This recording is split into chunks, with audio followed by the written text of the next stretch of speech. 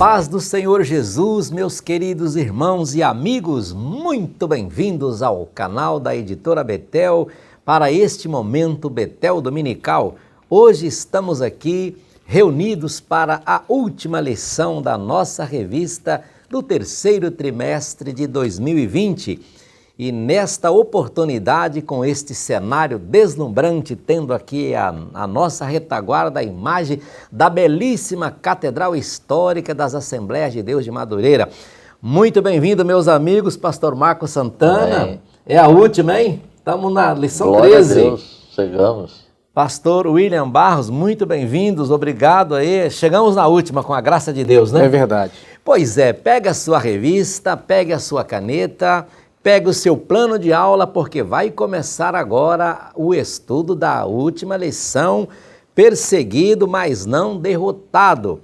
Mas antes de entrar diretamente, eu quero já fazer o anúncio da próxima revista. Olha só que linda! A importância da palavra de Deus para o bem-estar do ser humano. São orientações e princípios bíblicos na busca e preservação da saúde integral.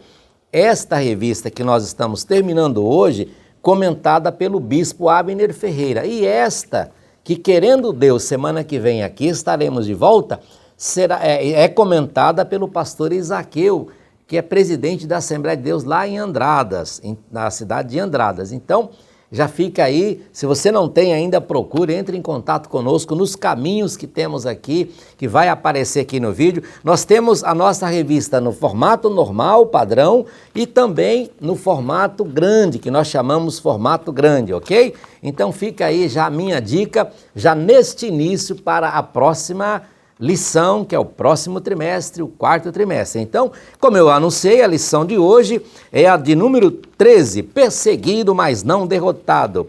Esta revista, esta lição, ela foi baseada na segunda carta do apóstolo Paulo aos Coríntios, capítulo 11, versículo 24, 25, 26, 27 e 30.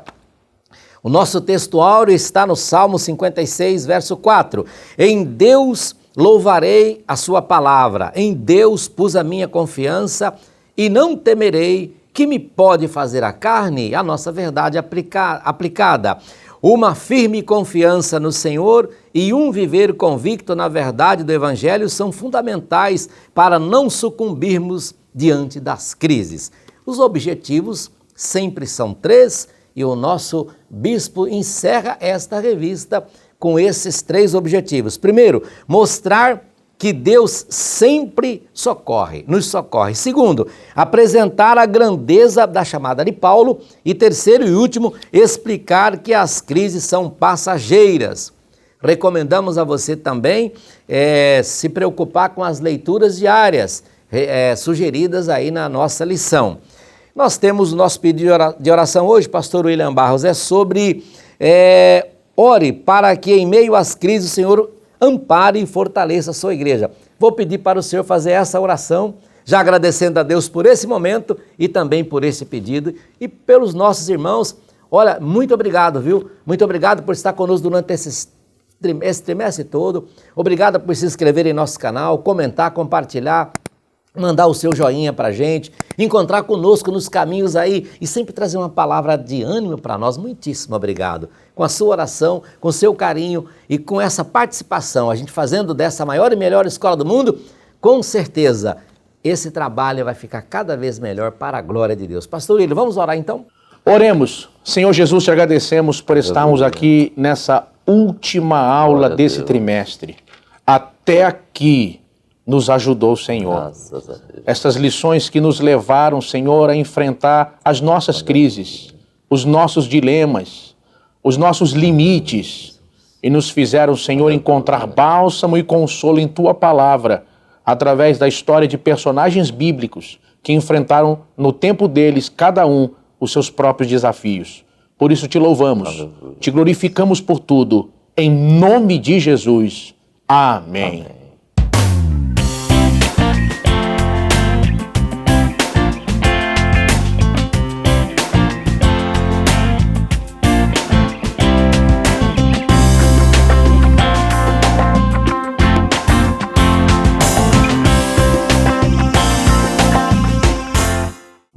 Muito obrigado, pastor William Barros, pela oração.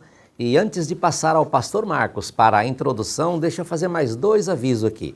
Lendo os comentários, eu verifiquei que uma pessoa tinha interesse de fazer perguntas.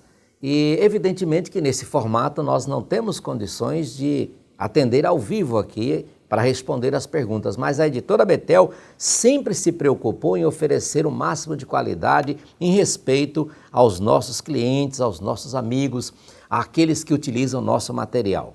Então, para isto, nós deixamos aqui um e-mail que foi criado exclusivamente para responder assuntos ligados ao estudo da revista. Então, se você tem uma pergunta, se você tem alguma dúvida ou algum esclarecimento concernente à aula estudada ou alguma coisa relacionada à editora Betel na questão de escola bíblica dominical, você pode mandar o e-mail aqui para nós, foconalição@editorabetel.com.br, e evidentemente que em cima da sua pergunta ou do seu comentário, ou o pastor William, ou o pastor Marcos, ou eu, ou alguém na editora, dependendo da sua pergunta, entrará em contato com você lhe dando a resposta. É o respeito da editora para com os nossos clientes e aqueles que nos acompanham. Outra coisa, por isso que eu peguei essa aqui, se você já tem essa revista que é do 4º trimestre, se você já tem, você verá que em cada lição tem um QR Code aqui, ó. Qual a importância de você ter a revista impressa? Com esta revista você pode encostar o celular e baixar o plano de aula. Você vai ver o vídeo Foco na Lição, que entra no ar toda segunda-feira, e você pode baixar o plano de aula e fazer o que eu fiz aqui, ó. Eu já baixei os meus. Eu baixei os 13 da próxima e já fiz aqui o meu caderninho. Então, evidentemente que hoje não, porque eu estou na 13, mas a partir da próxima, querendo Deus, eu estarei aqui com esse caderninho para fazer as devidas anotações. Fica aí a dica, a sugestão, ok? Muito bem. Pastor Marcos Santana, agora é com o senhor para aquela tão esperada introdução. Amém. A paz do Senhor, pastor Luiz Prates, a paz do Senhor, pastor William, a paz do Senhor a todos os nossos irmãos e amigos, para estarmos juntos no estudo da Palavra de Deus, lição de número 13, encerrando este trimestre, que eu creio que foi uma revista muito enriquecedora, esclarecedora e muito atual. E nessa nossa última lição, o tema perseguido, mas não derrotado. Nós estaremos enfatizando a vida, o ministério, as cartas, os ensinos, as experiências do apóstolo Paulo. É evidente que não é possível e nem é o propósito da lição de hoje expor todos os aspectos da vida, ministério e escritos de Paulo. Só a título de ilustração, uma das fontes que eu consultei e estudei para preparar essa aula é um dicionário chamado Dicionário de Paulo e Suas Cartas. Foram 3 editoras que se juntaram para editar esse dicionário: a Vida Nova, a Loyola e a Paulus. Esse dicionário, só de Paulo e as suas cartas, tem mais ou menos 1.200 páginas. Então, é só para mostrar que não é possível, nesse tempo que nós temos, expor todos os aspectos. Sempre vai ficar faltando algum detalhe que certamente todos nós vamos nos lembrar na hora que estivermos estudando e ouvindo, ok? Outro detalhe que eu acho importante, é sempre ter em mente, no estudo da lição de hoje, o tema do trimestre. Porque a gente precisa, ao expor a lição, efetuar essa conexão do tema da lição com o tema do trimestre. Por quê? Porque assim a gente vai poder enfatizar os aspectos pertinentes ao tema geral. Então, na lição de hoje, é muito importante termos isso em mente. Voltando à verdade aplicada, eu quero destacar duas expressões. Uma, firme confiança. Não vamos confundir a firme confiança com pensamento positivo. Não vamos confundir firme confiança com confissão positiva. E não vamos confundir firme confiança com uma determinação que pode ser inerente a algumas pessoas. Tem pessoas que são determinadas. Tem pessoas que têm facilidade de manter o foco, de buscar um objetivo, de alcançar um alvo. Mas a lição de hoje, não podemos confundir essa característica natural de algumas pessoas com essa firme confiança que está aqui na nossa verdade aplicada, que está focando, é firme confiança no Senhor.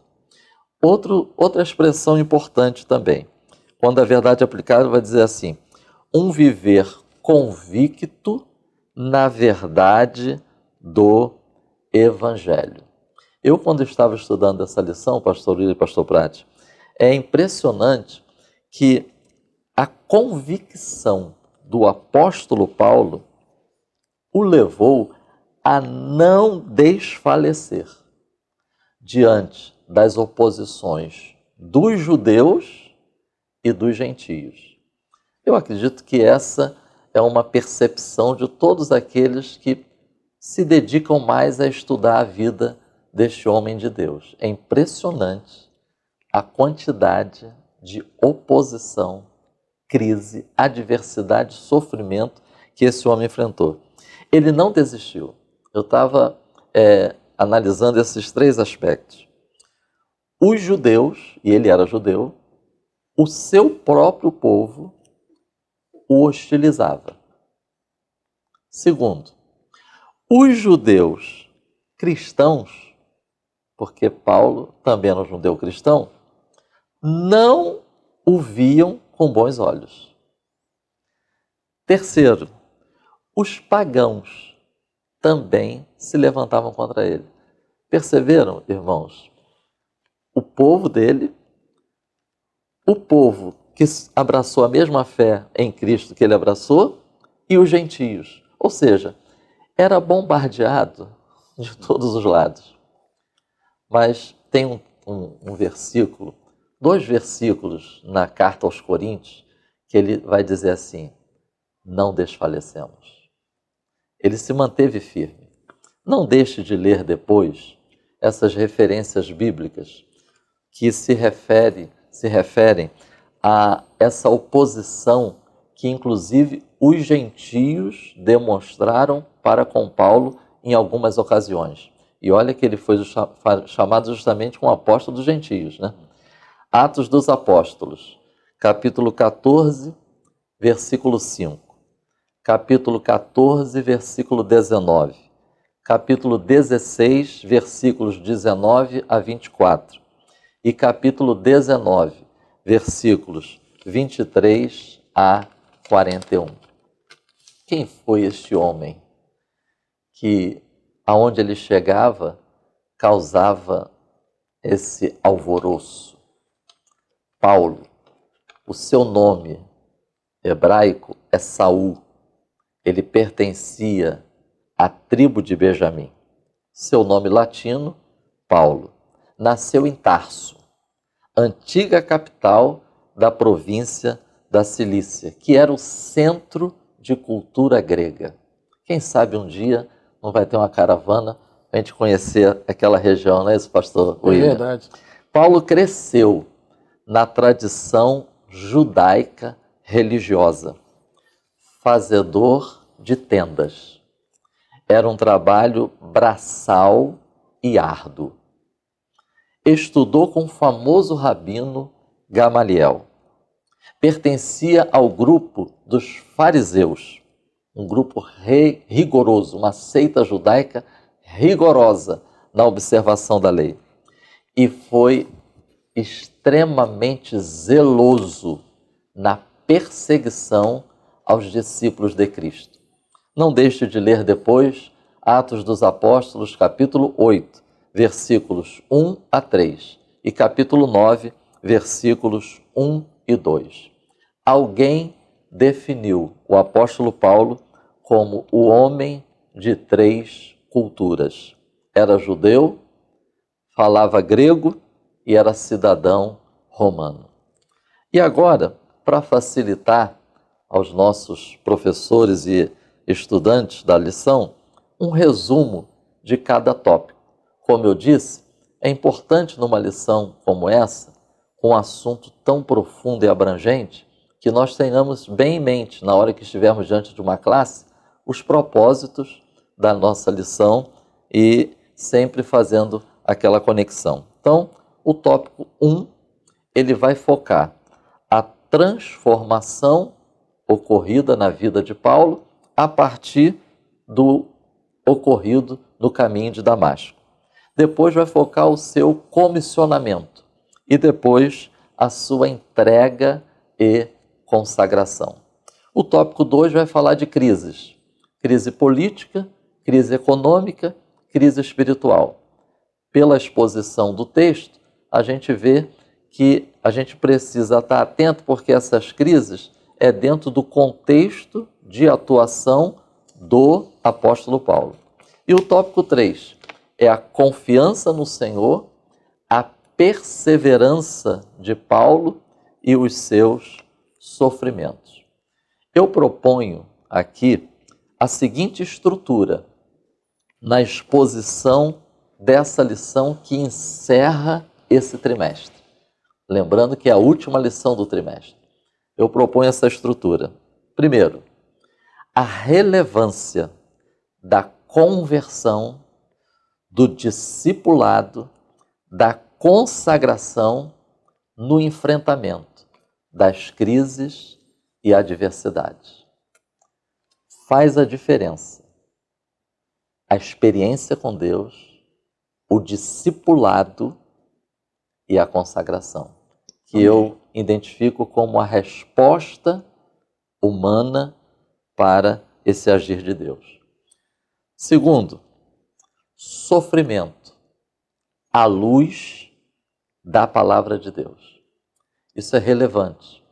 A gente precisa aproveitar a escola bíblica dominical para expandir e aprofundar alguns temas que nas pregações, nas mensagens, são abordados, até por conta do tempo, de forma muito superficial e muito pontual. Mas uma lição como essa, que a gente agora está encerrando, não deixe de aprofundar um pouco a reflexão e o estudo sobre sofrimento, à luz da palavra de Deus. E aí a gente vai focar nessa lição a realidade do sofrimento, o propósito do sofrimento e a interpretação do sofrimento. E terceiro, a ação de Deus e a resposta humana. É interessante que ao longo dessas 13 lições, isso foi recorrente. A ação de Deus e a resposta humana. E hoje não é diferente. Nas nossas crises, nossas adversidades, os desafios da nossa geração, é preciso que a gente tenha sempre em mente a ação de Deus e a resposta humana. Se alguém, pastor Prates, pastor Willi, me perguntasse assim, pastor, nesse encerramento do trimestre, qual seria o texto bíblico que o irmão deixaria para a nossa meditação como um verdadeiro texto áureo deste trimestre? Eu quero propor, sugerir e deixar para a vossa meditação. Segunda carta de Paulo aos Coríntios, capítulo 4, versículos 7, 8 e 9. Pastor Prates, me permita citar esse versículo, mas na linguagem de hoje. Por favor. Por favor, dessa vez eu não vou usar a versão do culto. Tá ótimo. Diz assim, porém nós que temos esse tesouro espiritual, somos como potes de barro para que fique claro que o poder supremo pertence a Deus e não a nós. Muitas vezes ficamos aflitos, mas não derrotados. Algumas vezes ficamos em dúvida, mas nunca ficamos desesperados. Temos muitos inimigos, mas nunca nos falta um amigo. Às vezes, somos gravemente feridos, mas não somos destruídos. Que Deus nos abençoe. Aleluia. Amém. Que maravilha, que encerramento, que texto áureo do trimestre. Parabéns, pastor Amém. Marcos, uma excelente contribuição. E depois dessa introdução, vou passar já para o pastor William, já que nós estamos também ansiosos para ouvir aí o comentário do ponto 1, um chamado em meio às perseguições, pastor William. A paz do Senhor, pastor Marcos, pastor Prates, a todos vocês que estão conosco aqui. Eu quero inicialmente, muito brevemente, fazer um agradecimento também de poder compor essa mesa. Agradecer aos nossos bispos, bispo Manuel Ferreira, bispo Abner Ferreira, bispo Samuel, ao pastor Paulo Ricardo, e a alegria de poder estar com os irmãos aqui. Cada vez que a gente vem, a gente aprende, a gente cresce aqui. Eu quero agradecer a Deus a oportunidade de poder estar participando dessas aulas toda semana. Queridos, o tópico primeiro vai nos levar justamente à conversão de Paulo. Paulo é tido na história como um homem que virou as costas totalmente para o mundo. A história de Paulo, a biografia de Paulo, eu vou apenas pincelar, o pastor Marcos já falou um pouco sobre a biografia de Paulo, com alguns detalhes, eu vou apenas pincelar alguns pontos para poder apenas corroborar. Vejam, ele era da tribo de Benjamim, fariseu, e a gente precisa lembrar o seguinte, a história dos fariseus, ela vai começar no período interbíblico. Há uma versão que acredita, dentro do judaísmo, que eles vieram de um grupo chamado de Hassidim, que buscavam uma santidade, um despertamento entre o povo judeu que vivia no perigo da helenização, ou seja, da cultura prevalecente grega para destruir os valores do judaísmo. E desse grupo mais tarde vai chegar aos fariseus. Então, Paulo, na sua infância, viveu em Tarso. Tarso é uma cidade que hoje está dentro da região de Mersis, que é uma cidade moderna hoje na Turquia. Tarso hoje tem cerca de 2 milhões de habitantes, mas nessa época já era uma cidade importante, ela tinha cerca de 300 mil habitantes. Só para fazer uma comparação, Éfeso chegou a ter 300 a 500 mil habitantes e era a capital da província romana na região da Ásia Menor. Então, só para você ter uma ideia como a cidade de Tarso era uma cidade importante na época. E até hoje, infelizmente, os sítios arqueológicos, os locais históricos acabaram ficando, a maioria deles, sendo superados aí pelas construções novas que foram chegando. Mas ainda tem muita coisa lá que pode ser observado. Quem sabe numa viagem futura, numa caravana. Agora, um outro detalhe interessante sobre a criação de Paulo, veja que a família de Paulo apresenta um perfil de uma família que tinha uma condição financeira. Porque Paulo vai para Jerusalém aprender aos pés de Gamaliel. E não era qualquer pessoa que tinha esse tipo de condição, era um privilégio para poucos. Só para vocês terem uma ideia, tinha que ter, além de uma inteligência acima da média, tinha que ter condição financeira, porque era caro, nesse tempo, estudar os pés de Gamaliel em Jerusalém. Então, a família de Paulo apresenta o perfil de uma família que tem dinheiro, que tem posses. E Paulo apresenta um perfil acima da média em vários pontos desde aqui. Um outro detalhe interessante, dentro do que o pastor Marcos falou sobre Paulo fazer tendas, era comum estudantes em Jerusalém aprender o segundo ofício. No caso de Paulo, ele aprendeu a fazer tendas. Embora um trabalho braçal, como disse o pastor Marcos, e laborioso, um detalhe interessante é que nesse tempo, como muitas pessoas moravam em tendas, era equiparado com o que seria hoje um arquiteto ou mesmo um engenheiro. Então, era comum aprender um segundo ofício. E a história mostra Paulo em momentos importantes e necessários, essa profissão, ou esse ofício, lhe serviu. A história de Paulo vai nos mostrar como Deus pode, de uma forma sobrenatural, salvar, encontrar e mudar a história de pessoas. Deus vai encontrar, Cristo vai encontrar Saulo no caminho de Damasco. Eu me lembro aqui, inclusive, eu me recordo de uma ministração aqui em Madureira, num dia de Santa Ceia, do pastor Gesiel Gomes, que ele ministrou e mencionou as cartas de Damasco. As cartas que nunca chegaram. Eu lembro na ocasião que o pastor Gesiel esteve aqui e ele mencionou as cartas de Damasco. Paulo estava levando as cartas de Damasco e essas cartas nunca chegaram. Ele se converteu no caminho. Essa história de conversão de Saulo vai nos ensinar algumas lições muito preciosas. Ele foi alguém muito zeloso com relação à lei, era um observador extremamente zeloso a ponto de estar presente quando Estevão foi morto. E vai nos mostrar com isso uma lição que eu acredito que é importante para todos que estão participando dessa aula. Primeira, pessoas tidas como difíceis ou impossíveis de se converter podem ser transformadas pelo Evangelho. Deus pode salvar, quem sabe, o seu esposo, que você acredita que nunca vai mudar. Deus pode salvar sua mãe. Deus pode salvar seu filho. Talvez alguém que tenha dito para você, eu nunca vou ser crente, eu nunca vou pisar na igreja. Mas a história da conversão de Saulo vai nos mostrar que a palavra de Deus pode alcançar os corações mais difíceis, mais inóspitos, mais duros. Deus pode salvar os corações mais empedernidos. A história de Saulo também vai nos mostrar que pessoas certas também podem sofrer perseguições. Pessoas vivendo dentro da palavra de Deus, vivendo dentro do projeto de Deus para a sua vida, podem lidar com torturas, açoites, com noites sem dormir, com traições e punhaladas. A história de Paulo vai nos mostrar que pessoas que obedecem à palavra de Deus também passam por tudo isso. Ou seja, se agora mesmo você está enfrentando algum tipo de revés ou dificuldade, a pergunta talvez errada seria agora dizer, em que eu errei? O que eu fiz de errado?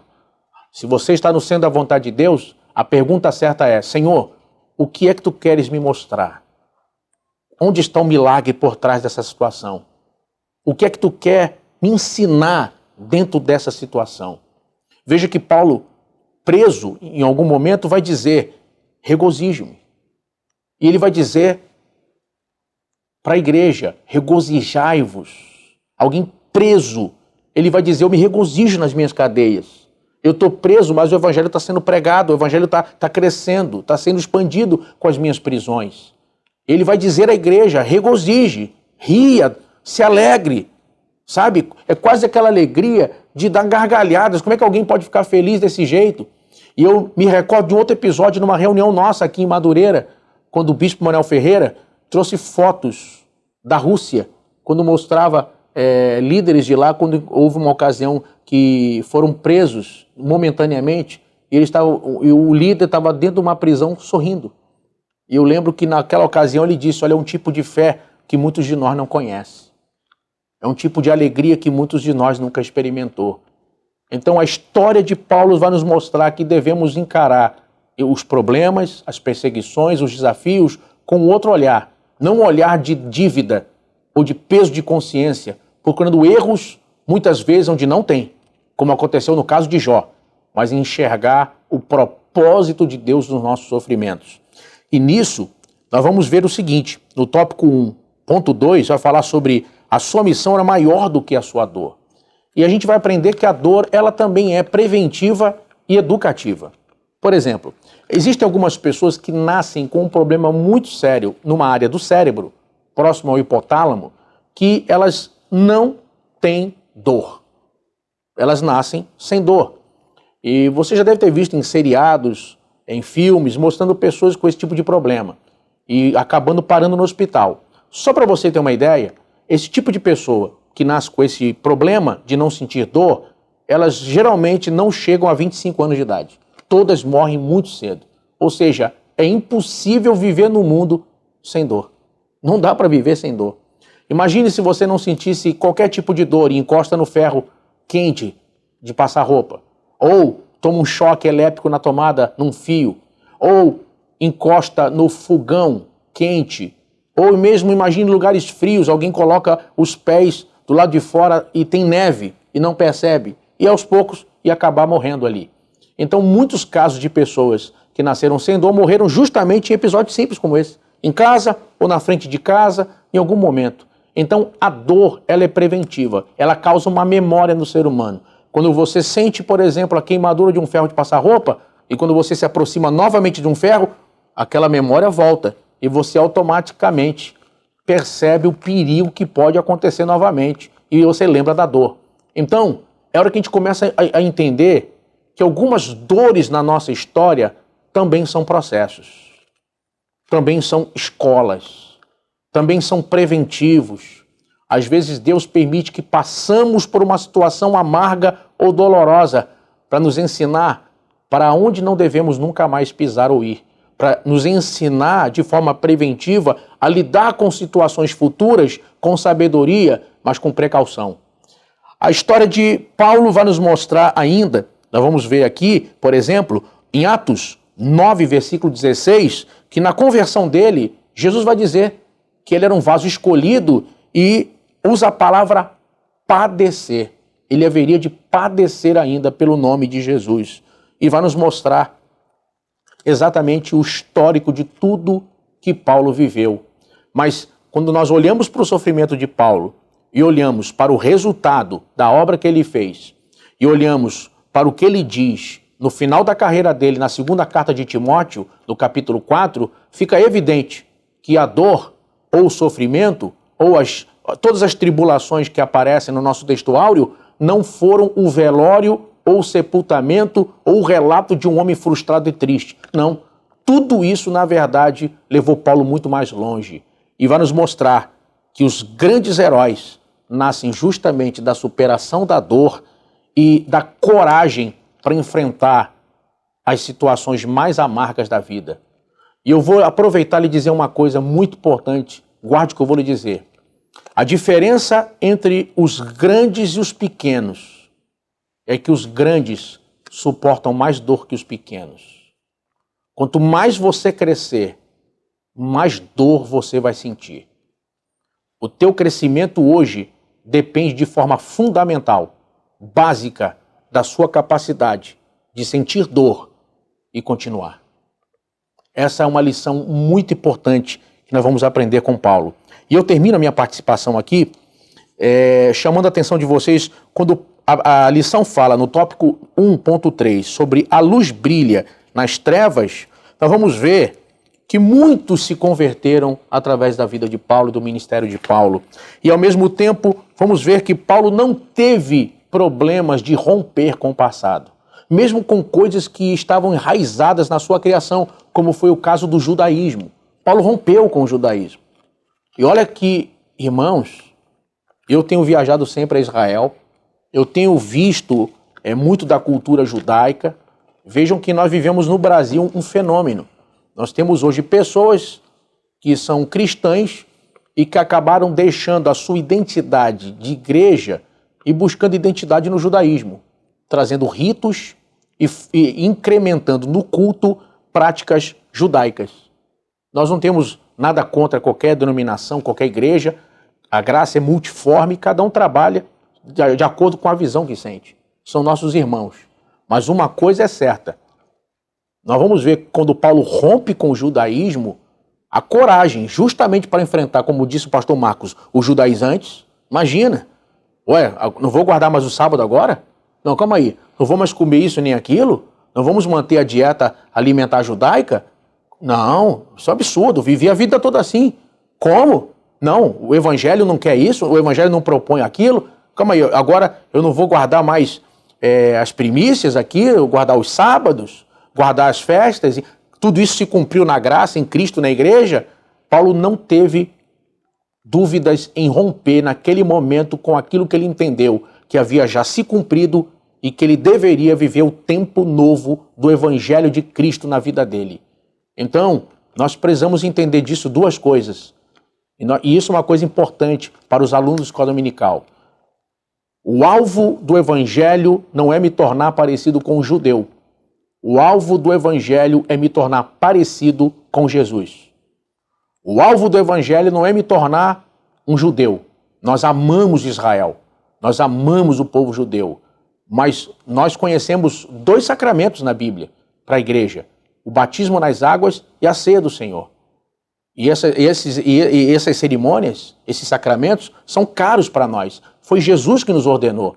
Então, nós devemos apreciá-los e guardá-los. E devemos olhar um outro aspecto. Qual? Nós precisamos estar prontos hoje para romper com a nossa velha vida, com aquilo que nós acabamos trazendo. Nós importamos para esse tempo novo de cristianismo.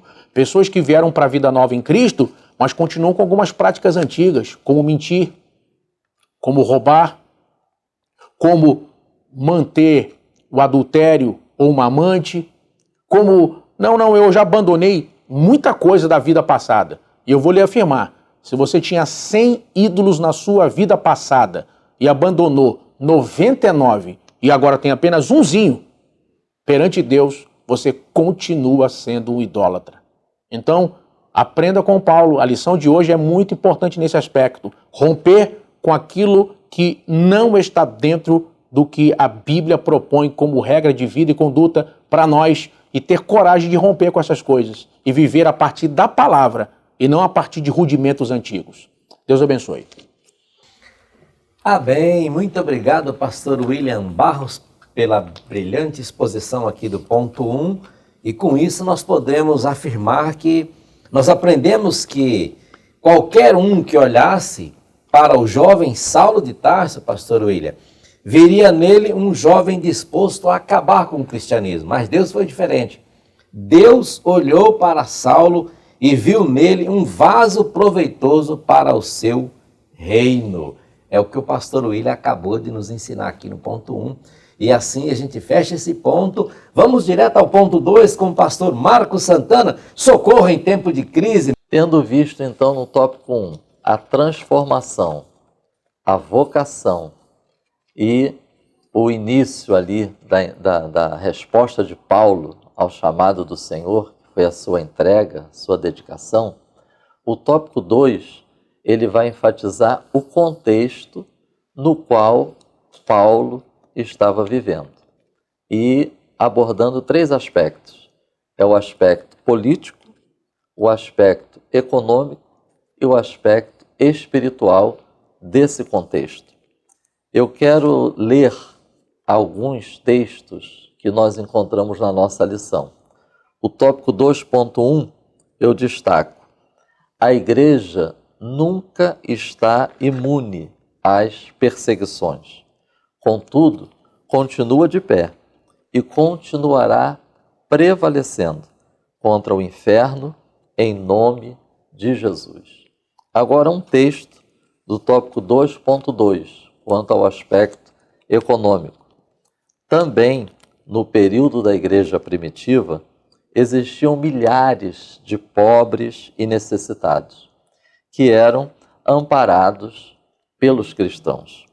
E o tópico 2.3, que enfatiza o contexto espiritual. As heresias estavam presentes na igreja, fazendo mal a muitos. É bom lembrar que ainda no período apostólico, as heresias já estavam chegando. Diante de tamanha crise espiritual por parte de muitos, Paulo consolidou a sua fé em Cristo, tendo a certeza de que Ele era seu socorro. Tendo visto isso, vamos agora analisar, evidentemente, não tão longo, né, essa nossa reflexão em cada um desses aspectos, mas com certeza lições preciosíssimas nós vamos poder extrair para a nossa realidade hoje. Então, o aspecto político. E, sim, é importante estarmos sempre refletindo de acordo com o tema da nossa lição de hoje, que é em relação ao apóstolo Paulo, e lembrando, em relação ao tema do trimestre. Então, quero destacar aqui, quanto ao contexto político do apóstolo Paulo, em primeiro lugar, a sua cidadania romana. Atos, capítulo 22, versículos 25 a 29. Vamos encontrar nesse texto um dos momentos em que o apóstolo Paulo ele faz uso das prerrogativas de possuir cidadania romana. Tem outros textos do Novo Testamento, que a gente vai encontrar isso também. Segundo, sujeição às autoridades. Nós vamos ver isso em Romanos, capítulo 13, do versículo 1 ao 7, e 1 de Pedro, capítulo 2, do versículo 11 ao versículo 17. Lembrando que o contexto do povo judeu, da igreja em Jerusalém, político, era uma nação, era um povo que estava subjugado ao Império Romano. Isso é muito importante a gente ter em mente. Quando a gente for ler essas recomendações, tanto do apóstolo Paulo como do apóstolo Pedro, é importante a gente ter em mente que os cristãos, os primeiros cristãos, ainda estava naquele grupo que era desconhecido. Ainda era um grupo bem pequeno em relação à população do Império Romano. Financeiramente, a grande maioria era formada de escravos, era formada de pessoas que não tinham boas condições econômicas financeiras. É nesse contexto político e já entrando também um pouco econômico e até social, é que os apóstolos eles dão essas recomendações para a igreja. Então é interessante a gente estar extraindo esses princípios, né? Terceiro, oração pelas autoridades. Primeira carta de Paulo a Timóteo, capítulo 2, versos 1 a 5. Outro detalhe importante, essa carta foi escrita a um pastor. Então, Paulo está orientando o pastor para que o pastor oriente a igreja local. Então, notemos essa orientação de orar. Orar por quem? Orar por aquelas autoridades do Império Romano. Visando o quê? Visando uma vida quieta, sossegada, visando a salvação, visando a propagação do Evangelho. E, por último, obediência a Deus é mais importante. Atos dos Apóstolos, capítulo 5, versículo 29. Só a título de uma reflexão, né? E a escola dominical é boa por causa disso, a gente refletir. Como nós, hoje, como igreja do Senhor Jesus, estamos vivenciando esse momento político na nossa nação. Como nós estamos enxergando esse momento político na nossa nação, na nossa realidade. Como tem sido a nossa relação com o aspecto político?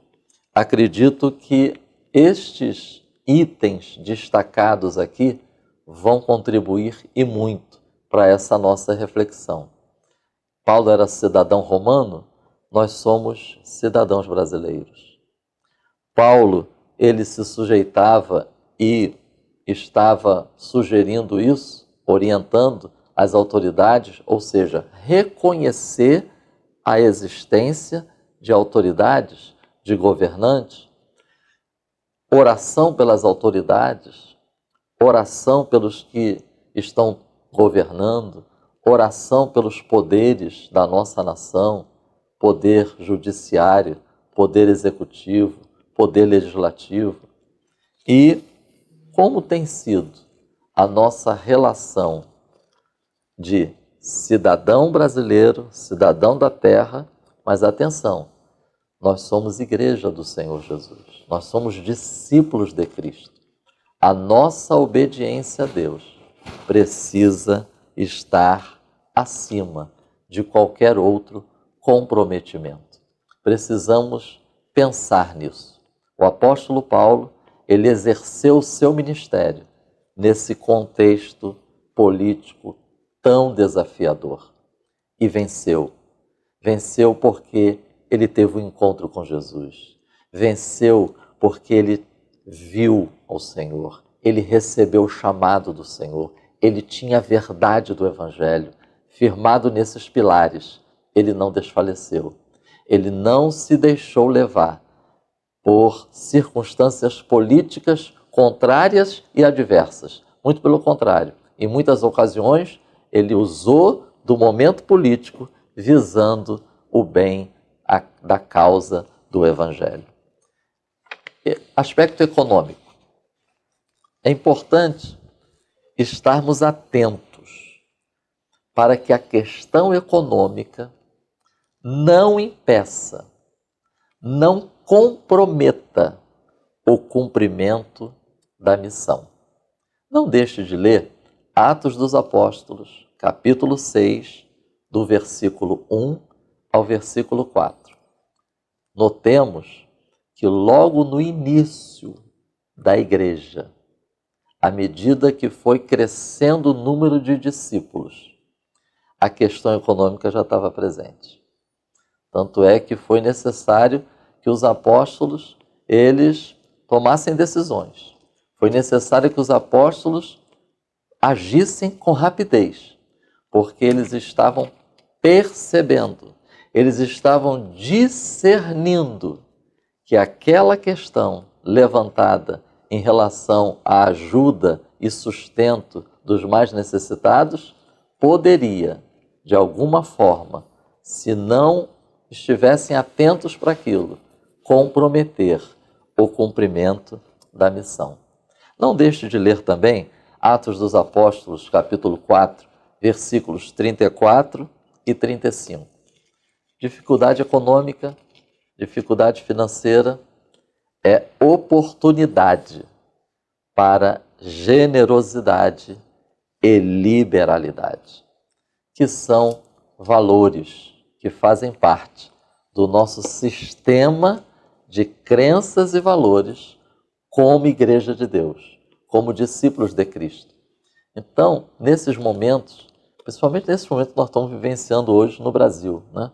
Uma quantidade enorme de desempregados, pessoas que perderam sua fonte de renda, ou então teve a sua renda reduzida. Enfim, nós, como igreja, como a igreja primitiva discerniu, nós podemos discernir hoje oportunidade de generosidade e liberalidade. E aqui deixe-me deixar também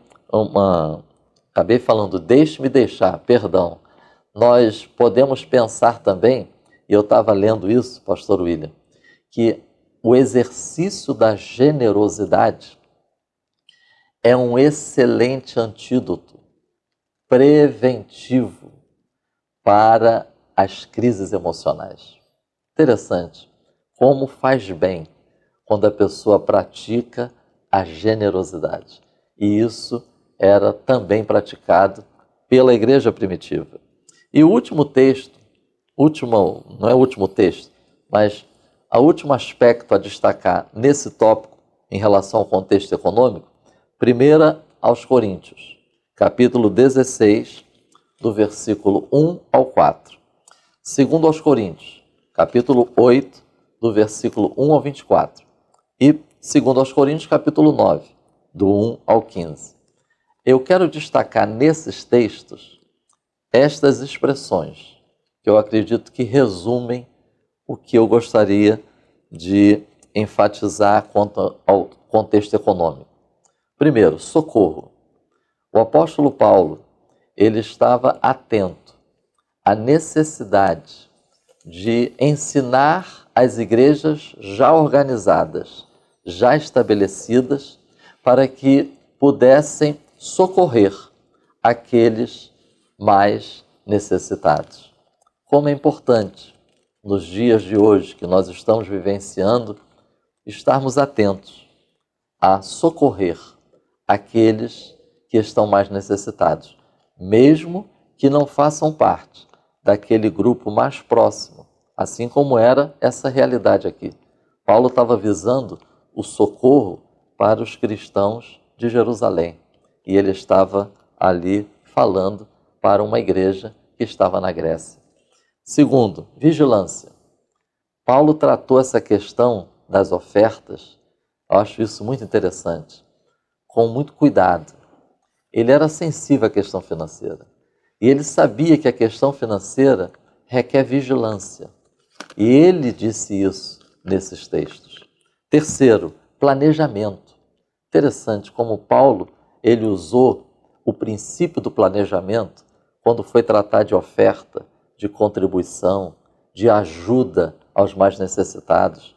Muitas das vezes, a questão não é exatamente a quantidade de recursos que uma pessoa tem disponível, como é o planejamento sobre os recursos que possui. Isso a gente aprende nesse texto. E por último, integração. O que eu chamo de integração em relação ao contexto econômico? É que esses textos citados, né, o apóstolo Paulo escrevendo à igreja de Corinto, a gente vai ver que Paulo ele vai conectar esse assunto financeiro, econômico, com outros aspectos da vida do discípulo de Cristo.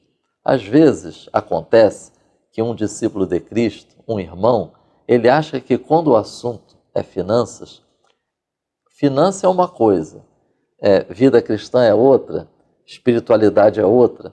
A gente, estudando esses textos, a gente vai ver que a gente aprende com o apóstolo Paulo que não há não são assuntos excludentes.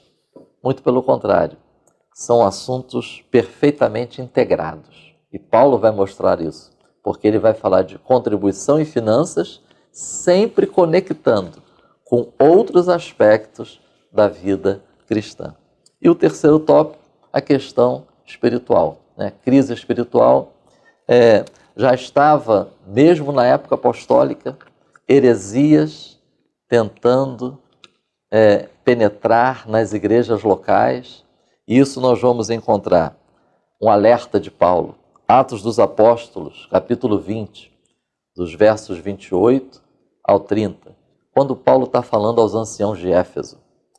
A Epístola de Gálatas. A Epístola de Gálatas foi escrita para igrejas que estavam sendo atacadas, principalmente pelos judaizantes. Colossenses, capítulo 2, a partir do versículo 4. 2 Timóteo, os capítulos 3 e 4. Não deixe de ler, porque Paulo vai falar para Timóteo sobre os tempos trabalhosos e difíceis, também em relação às heresias, em relação a pessoas que já não estavam mais perseverando no Evangelho de Jesus Cristo. E aí eu vou deixar aqui estas expressões para servir de sugestão na reflexão sobre essa questão espiritual. Esses textos, que nós citamos aqui, vigilância, sempre vigilância, A gente tem que vigiar o tempo todo. Vigilância. Paulo vai falar sobre a relevância de estar vigilante, porque muitas das vezes as heresias, os equívocos, as distorções, elas chegam de maneira que nem sempre a gente consegue enxergar de imediato. Segundo, ensino. O apóstolo Paulo ele vai destacar nas suas epístolas a relevância do ensino. A EBD não pode parar.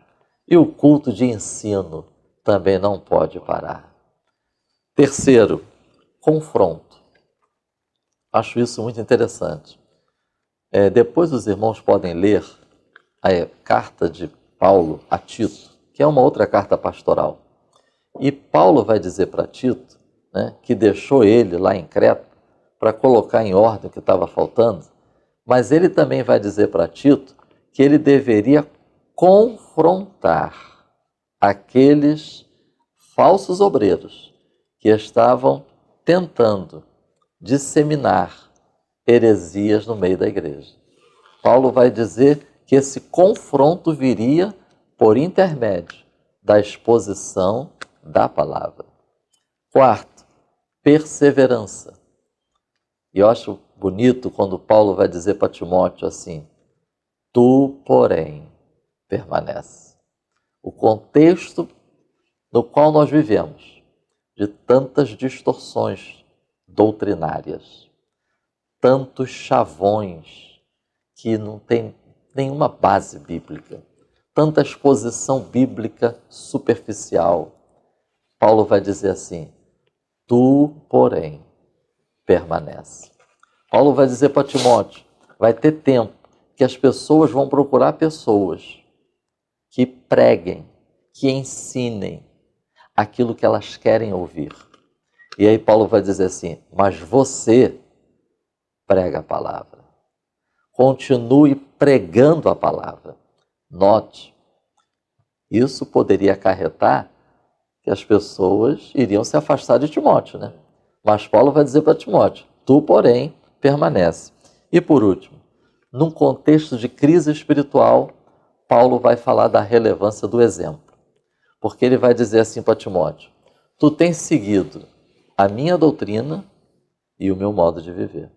Então, a gente vai ver que nesse contexto de crise espiritual, nós vemos a importância de doutrina bíblica, exposição fiel às Escrituras, mas também a relevância de exemplos, a relevância de referenciais de homens e mulheres de Deus, fiéis à palavra de Deus.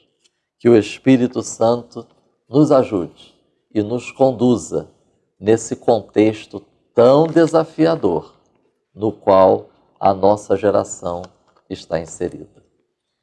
Aleluia, muito bem, muito obrigado, pastor Marcos Santana, por esse brilhante comentário aqui no ponto 2. E assim nós podemos fechar este ponto, dizendo que aprendemos que é nos momentos de crise nós não podemos deixar de observar, pastor Marcos Santana, que há um Deus nos guardando de todo o mal. Amém. Né? Amém. E assim nós fechamos o ponto 2 e vamos para o último ponto da lição de hoje, a provisão de Deus em tempos difíceis, pastor William. Amém. Nós vemos que a provisão de Deus muitas vezes socorre os seus nos piores momentos. Nós temos em Elias um exemplo tremendo disso. Deus sustentou Elias mandando pão e carne através dos corvos. Deus vai sustentar Israel, vejam, e aqui é um detalhe tremendo. Israel vai passar 40 anos no deserto. Dentro da geografia bíblica, o tipo de deserto que Israel está enfrentando na região toda da península do Sinai é um deserto chamado de deserto absoluto. Ou seja, você pode ir lá qualquer época do ano, qualquer período, hoje ou 100 anos atrás, 1000 anos atrás ou à frente, e sempre é deserto. Então é um local que não tem absolutamente nada, nenhuma forma de sobrevivência para uma multidão arredondando aí em torno de 3 milhões de pessoas. Se Deus tivesse sustentado Israel um dia apenas no deserto, já seria assim um milagre extraordinário. Você imagina se cada pessoa consome 1 litro de água por dia.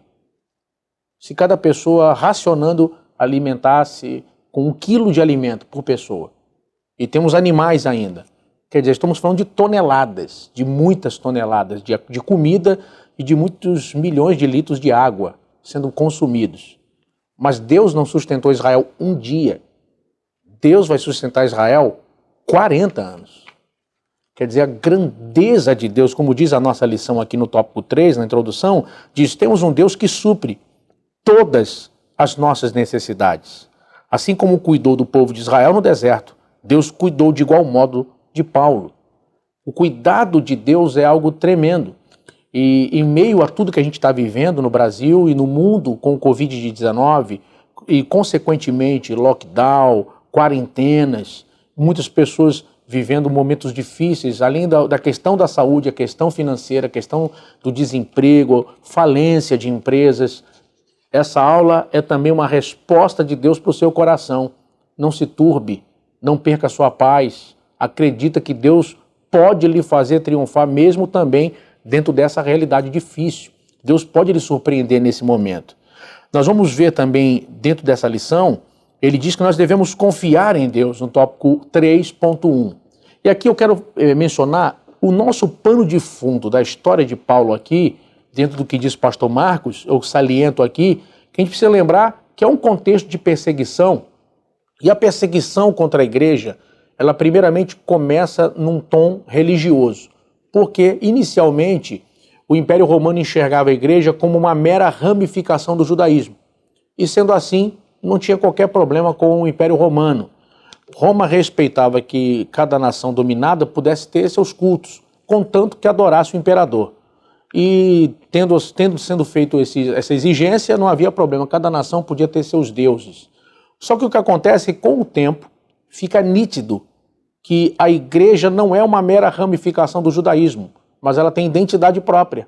E então cada cristão deixa de ser um idólatra, cada cristão não adora o imperador, cada cristão agora tem a palavra de Deus, embora obedeça e ore pelos regentes, pelos governantes, tem a palavra de Deus e Cristo como centro e como figura principal e maior.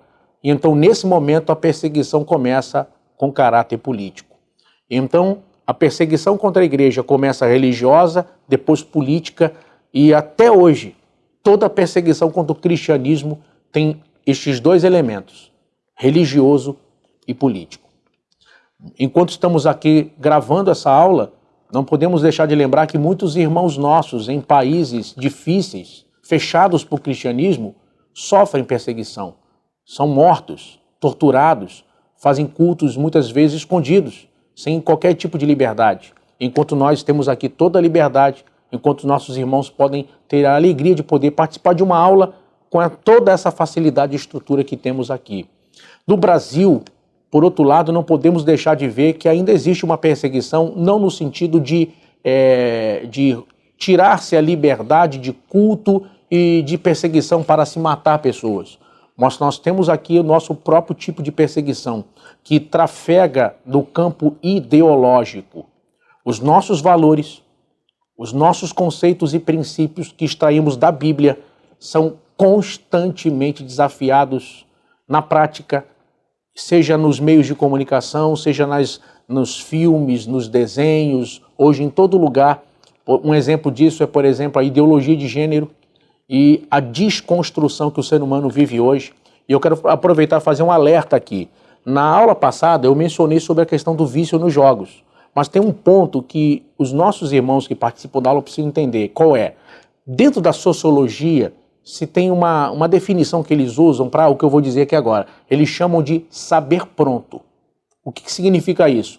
Como as pessoas acabam ficando muito mais dispostas a vídeos, seriados, a vídeos do YouTube e começam cada vez menos a ter a prática da leitura, esse tipo de pessoa se habitua a buscar o saber pronto, que é o quê? Não, eu quero entender tal assunto, vou ver o vídeo que o professor me mandou assistir. Então eu vou ver o vídeo tal. Então as pessoas passam hoje a ler muito menos, a pesquisar muito menos e a adquirir o saber pronto. Ou seja, eu vi na reportagem da emissora X, eu vi no jornal tal, então já estou informado.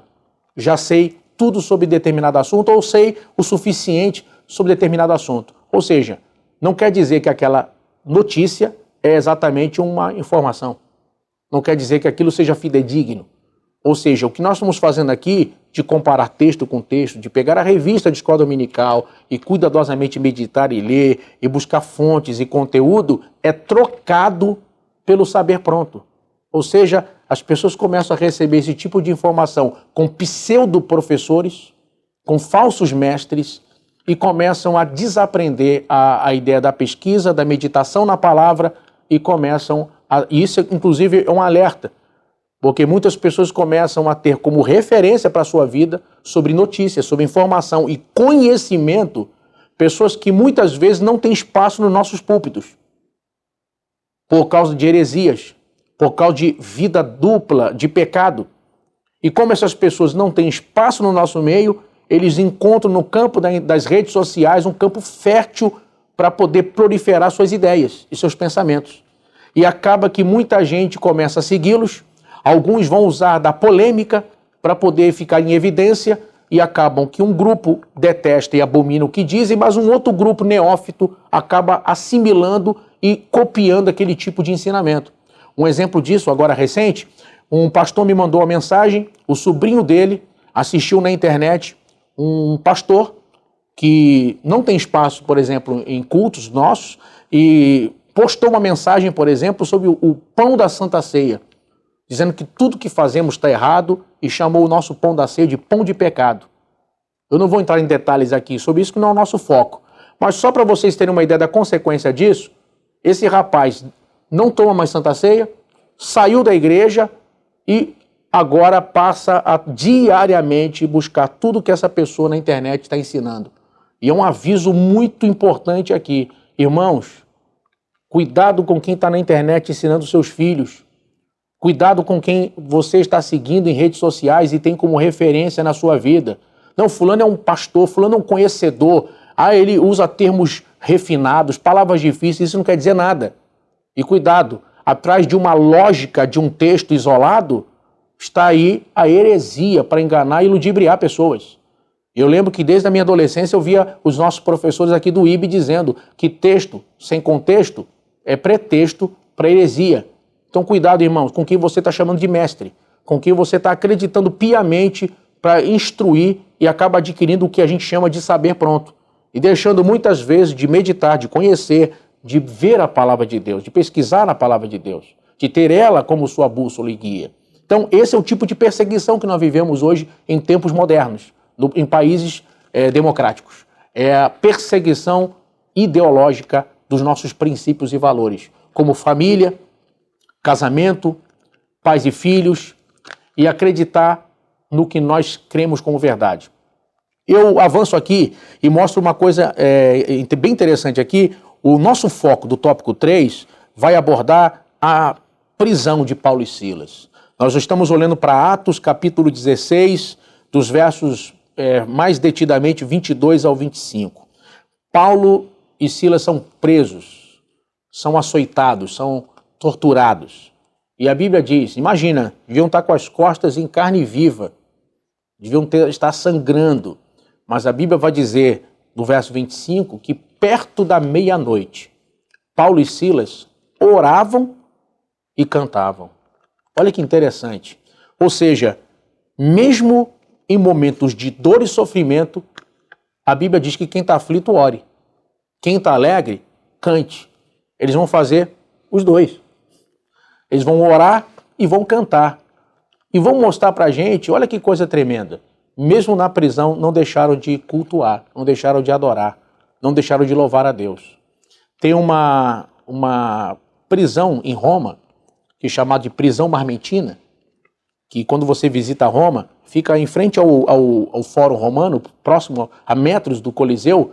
E olha, eu não sei se o pastor Paco já esteve lá, não sei se o pastor Prati já esteve em Roma. Não. Olha, quando você entra ali hoje está mais moderno, eles melhoraram muito o local, a visitação, a chegada da visitação ali. Hoje tem guia explicando, etc. Mas quando eu fui a primeira vez em Roma, há uns 10 anos atrás, eu lembro que você desce as escadas onde os presos ficavam. Irmãos, só em ficar ali, olha que eu não sou claustrofóbico, mas quando você entra ali, te pesa, você sente uma angústia, você fica de cara, passa na sua mente a ideia, meu Deus, já pensou se eu ficasse 10 anos aqui? Você não vê a luz. Eu fui num período de verão, estava 40 graus em Roma, mas lá dentro estava úmido, estava frio. E você, pelo buraco que tinha no chão, eram descidos. Os prisioneiros, eles ficavam ali. Muitas vezes em condições subhumanas. Muitos morreram em locais como esse por amor a Cristo. Agora, quando eu pisava ali, eu ficava imaginando o que deve ter sido para Paulo, preso junto com Silas, orar e cantar depois de terem sido torturados. A nossa fé, o cristianismo que nós professamos, precisa estar tão intimamente ligado à nossa confiança em Deus, que somos capazes, mesmo de com dor e sofrimento, orar e cantar. Nós precisamos, neste momento difícil que nosso país vive, e essa última lição, dentro de um trimestre que se encaixa como uma luva em tudo que o país está vivendo agora, dizer para cada pessoa, não é o tempo de murmurar, não é o tempo de entregar os pontos, não é o tempo de chutar o balde, como dizem. Agora é o tempo de orar e de cantar, é o tempo de louvar a Deus. Que o nosso tempo não seja ocupado com preocupações que devoram a nossa alma, Que nosso tempo não seja devorado por incertezas e angústias que roubam a nossa alegria de estar com a família, que tiram de nós a alegria de ir ao próximo culto, que nos enchem de angústia, sofrimento, pânico, mas que nesse momento nós possamos orar e dizer: Deus, eu creio que Tu és suficiente para todas as minhas necessidades. Eu creio que Tu és suficiente para tudo que eu preciso. Eu não vou permitir que o desespero me domine, eu não vou permitir que a angústia me devore. Eu estou debaixo da proteção de um Deus bondoso, de um Deus que guarda, que cuida dos seus. Deus socorreu Paulo e Silas naquela prisão. Veja que é interessante que ele vai dizer uma coisa em Atos 20, verso 24, o pastor Marcos até mencionou Atos 20 em um outro versículo, mas ele vai dizer uma coisa interessante em Atos 20, 24, depois você leia. Quando Paulo revela aos discípulos de Éfeso: olha, vocês nunca mais verão meu rosto, e o profeta Ágapo vai dizer que ele vai ser preso em Jerusalém, e diz: olha, eu não apenas estou pronto para ser preso, mas a morrer por Jesus. Ele vai dizer uma coisa interessante, ele diz: contanto que eu possa cumprir com alegria a carreira que me está proposta. Alegria. Irmãos, esse não é o tempo de você ficar lambendo feridas, triste pelos cantos. Não. É hora de você aprender com o exemplo de Paulo. Canta. Vai para a igreja. Vem para o culto. Vai fazer uma caminhada na rua, em locais públicos onde está um monte de gente, está aberto para caminhar. Você tem condição? Você não é grupo de risco? Você pode ir lá caminhar? Irmão, não se entregue, não se curve diante do que está acontecendo. Essa lição é Deus falando conosco, que não é hora da gente perder a fé, perder a confiança em Deus. Ao longo desse trimestre, cada lição, quem sabe, chega até você em um momento pior ou melhor, financeiro, ou no seu negócio, ou na sua condição familiar. Eu não sei como é que você comeu essa semana, não sei como é que foi sua história na sua casa esses dias, mas agora é hora de olhar nos olhos dos nossos filhos e dizer: olha, creiam no Deus do teu pai, confiem no Deus da tua mãe. É hora de ter alegria. A alegria do Senhor é a nossa força. E esse tipo de alegria, ela não depende de circunstâncias. Ela depende, primeiro, do teu relacionamento com Deus. E depende que a sua fé esteja fincada em base muito sólida, em princípios imutáveis, que são a palavra de Deus. Então, é hora de você se alegrar, é hora de você cantar, é hora de confiar em Deus. Essa lição é um convite aos que estão sofrendo, é um convite aos que estão em angústia e passando por tribulações, a orar e cantar a Deus, e acreditar que Deus é fiel e suficiente para todas as suas necessidades. Deus abençoe vocês. E o último ponto, eu só deixaria a frase. Ele vai dizer: não deixe o medo destruir seus sonhos. Eu só quero fazer uma pergunta para você. Qual é o sonho que você tem que ainda não aconteceu? Qual é o seu sonho? Vai deixar esse sonho morrer com uma crise? Vai deixar esse sonho ser enterrado por um não? Por uma porta que fechou? Não. Levanta a tua cabeça. Se Deus te deu esse sonho no seu coração, Deus também dará os meios para que ele aconteça. Crente que crê na palavra de Deus, ele é movido pela palavra e não pelas circunstâncias. Porque Deus não depende das circunstâncias para fazer o teu sonho acontecer. Deus depende apenas, entre aspas, que você acredite, que você confie. A fé, a Bíblia diz que a falta da fé desagrada a Deus. Ou seja, sem fé é impossível viver dentro do que Deus planejou para a sua vida. Creia, confie e avance, em nome de Jesus. Muito obrigado, pastor William Barros, pela brilhante participação aqui nesse último tópico da última lição do terceiro trimestre. E com isto eu passo ao pastor Marcos Santana para as suas considerações e conclusão, pastor Marcos Santana. Amém. Então, o tópico 3 fala: Paulo, em meio à crise, não perdeu o ânimo, sofrimento constante. Paulo não desistiu e aborda a questão do medo. Sugiro aproveitar essa lição e refletir sobre sofrimento, a visão bíblica quanto ao sofrimento, propósito divino e o cumprimento da missão, mesmo num contexto de sofrimento. O sofrimento na Bíblia, nós vamos encontrar dois aspectos como resultado de sofrimento. Primeiro, sofrimento como resultado do nosso comprometimento com Jesus Cristo. Mateus capítulo 5, versículos 10 a 12 e 2 Timóteo capítulo 3, versículo 12. E como resultado das diversas circunstâncias da nossa vida debaixo do sol. 1 Coríntios 7, 28, 1 Coríntios 12, 26, 1 Timóteo 5, 23. Então, trata-se de uma realidade tratada nas Escrituras Sagradas. E quando a gente fala de Paulo, aí é que é mais presente ainda o registro desta realidade. Citando aqui um dado que eu colhi nesse dicionário de Paulo e suas cartas. Lá eles dizem o seguinte: a inevitabilidade e propósito do sofrimento na vida dos cristãos são temas repetidos nas cartas paulinas mais de 60 vezes. Outro detalhe: desde a chamada de Paulo, já estava revelado a presença do sofrimento.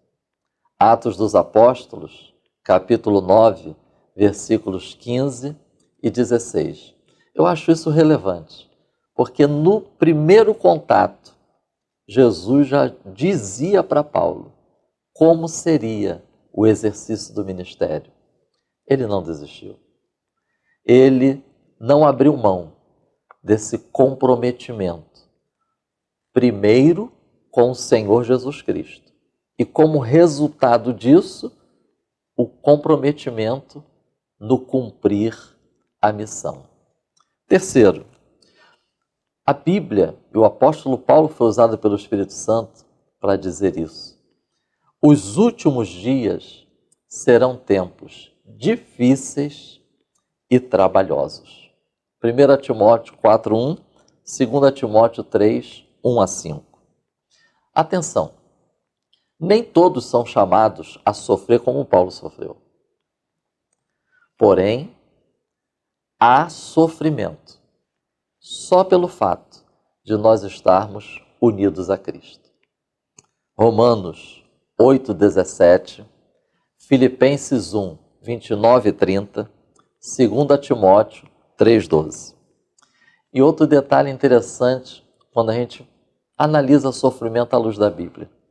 Jesus, ele se identifica com os seus discípulos, também no sofrimento.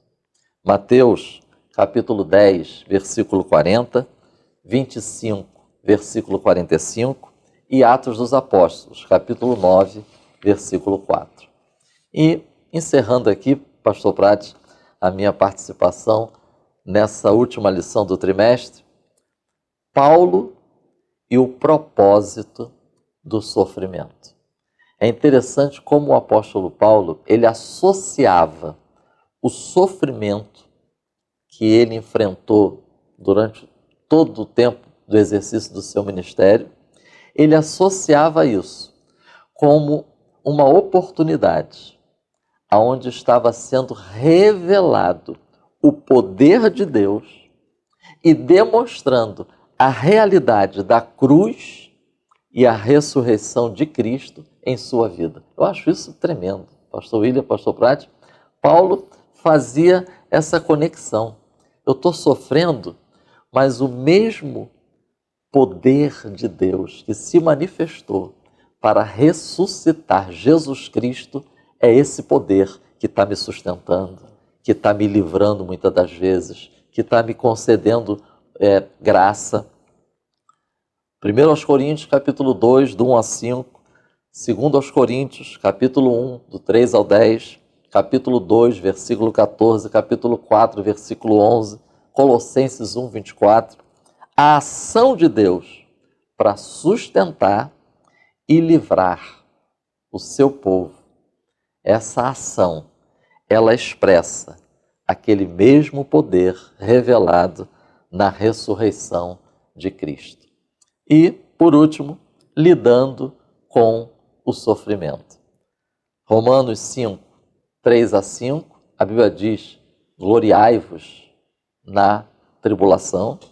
Romanos 8, 18 a 39, nenhum sofrimento é capaz de nos separar do amor de Deus que está em Cristo Jesus. E 2 aos Coríntios 1, 16, vai dizer que o sofrimento, ele também tem esse aspecto. Porque quando o discípulo de Cristo, o fiel, ele sofre, ele é consolado. E aí essa consolação, a gente vai poder consolar outros. Que o Senhor nos ajude a prosseguirmos na nossa caminhada até que Cristo venha. Amém. Muito obrigado, pastor William Barros e pastor Marcos Santana, por esse brilhante encerramento aqui do ponto 3. E com esse encerramento, você note que foram muitas citações de textos bíblicos e você pode ter certeza que todos esses textos citados têm tudo a ver com a lição. Por isso é importante a anotação. Eu não li por causa do tempo, mas é importante que você faça isso em casa. Leia, porque está conectado diretamente com a compreensão da lição estudada. Então, assim nós podemos concluir dizendo que o amor de Deus está sempre disponível e não há nada que possa nos afastar desse amor. Amém. Pastor Marcos e pastor William. Olha, gente, chegamos ao final, terminamos aqui a nossa revistinha. Eu quero aqui em nome, Bispo Abner, aqui em nome do pastor Marcos e do pastor William e de toda a família Betel e de todos os nossos amigos e clientes, os pastores, superintendentes, professores,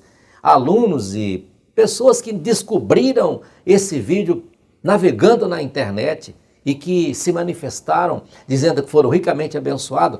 Bispo Abner, muito obrigado. Nós agradecemos e continuaremos orando por sua vida, pela brilhante contribuição que o senhor trouxe para o reino de Deus, trazendo para nós esta lição tão importante para este tempo que tão necessário foi.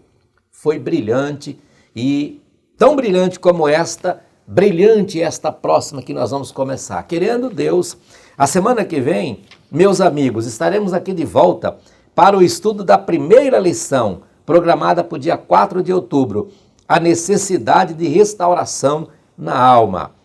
Como eu disse, essa próxima revista que nós vamos estudar, ela é comentada pelo pastor Isaqueu Mendes de Freitas, que é o pastor-presidente da Assembleia de Deus, Ministério de Madureira, na belíssima cidade de Andradas, Minas Gerais.